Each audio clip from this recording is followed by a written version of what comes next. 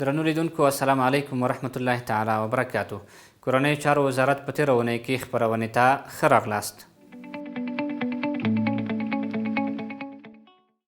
د کورنیو چارو وزارت د رهبرۍ غونډه د یاد وزارت اداري مرستیال مولوي نورجلال جلالي په مشرۍ ترسره شوه.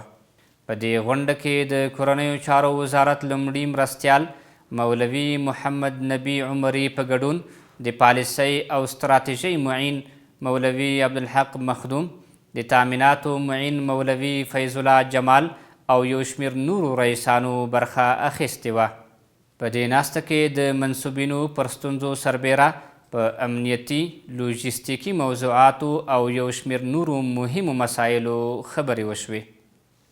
د کورنیو چارو وزارت سرپرست خلیفه صاحب سراج الدین حقانی د افغانستان لپاره د ملګرو ملتونو د سیاسي استازوالۍ له مشرې روزا اوتومبایوا او د ملګرو ملتونو د بشري چارو له مرستیال ډاکټر رامز علي اکبروف سره وکتل. ښاغلې روزا اوتومبایوا ښاغلي سرپرست وزیر صاحب څخه د امنیت د تامین له امله مننه وکړه او په پکتیکا او خوست ولایتونو کې زلزله ځپلو لپاره د کور جوړونې پروژې د پرمختګ بهیر شریک کړ.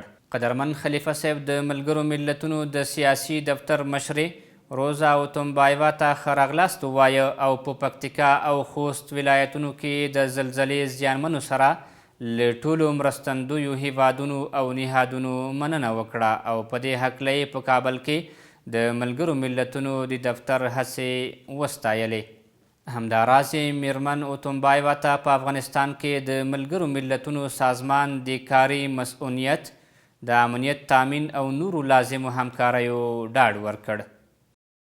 د کورنیو چارو وزارت د وړتیا لوړونې له مرکز سټاف کالج څخه 370 تنه له مسلکي زده کړو وروسته فارغ شول.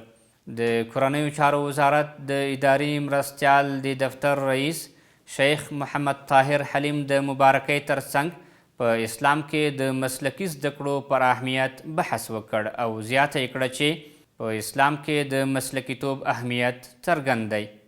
هیره دې نه وي چې د وړتیا لوړونې مرکز سټاف کالج په 4مه دوره فراغت غونډه کې زده کړیالانو ته د رهبرۍ او مدیریت، ستراتیژیک مدیریت، جنایي پیښو سره د مبارزې، د پیښې د څیړلو ځای، ترافیک، رهبري مدیریت، د ترافیکي اساساتو رهبري او یو شمېر نورو برخو کې مسلکي زده کړې وکړي چې ډیر ژر به ټولنې ته د چوپړ په موخه وړاندې شي.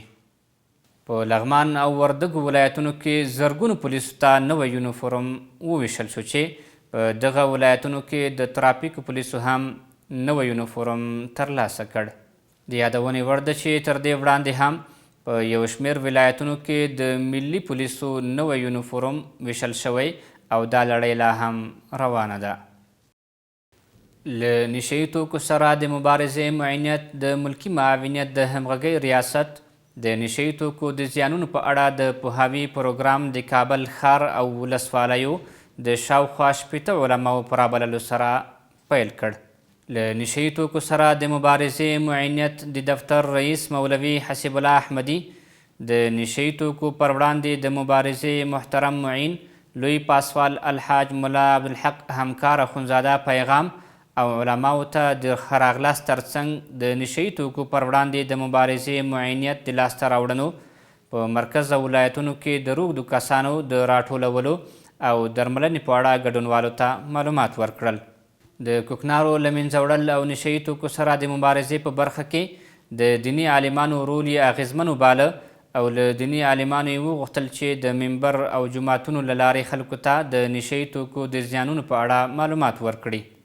ورپسې د کورنیو چارو وزارت د مقام دفتر لوی رئیس مولوي زین الله عابر د کورنیو چارو وزارت د سرپرست محترم خلیفه صاحب په استازیتوب خبرې وکړې او په دې مبارزه کې د معینیت د لاسته راوړنو ستاینه وکړه.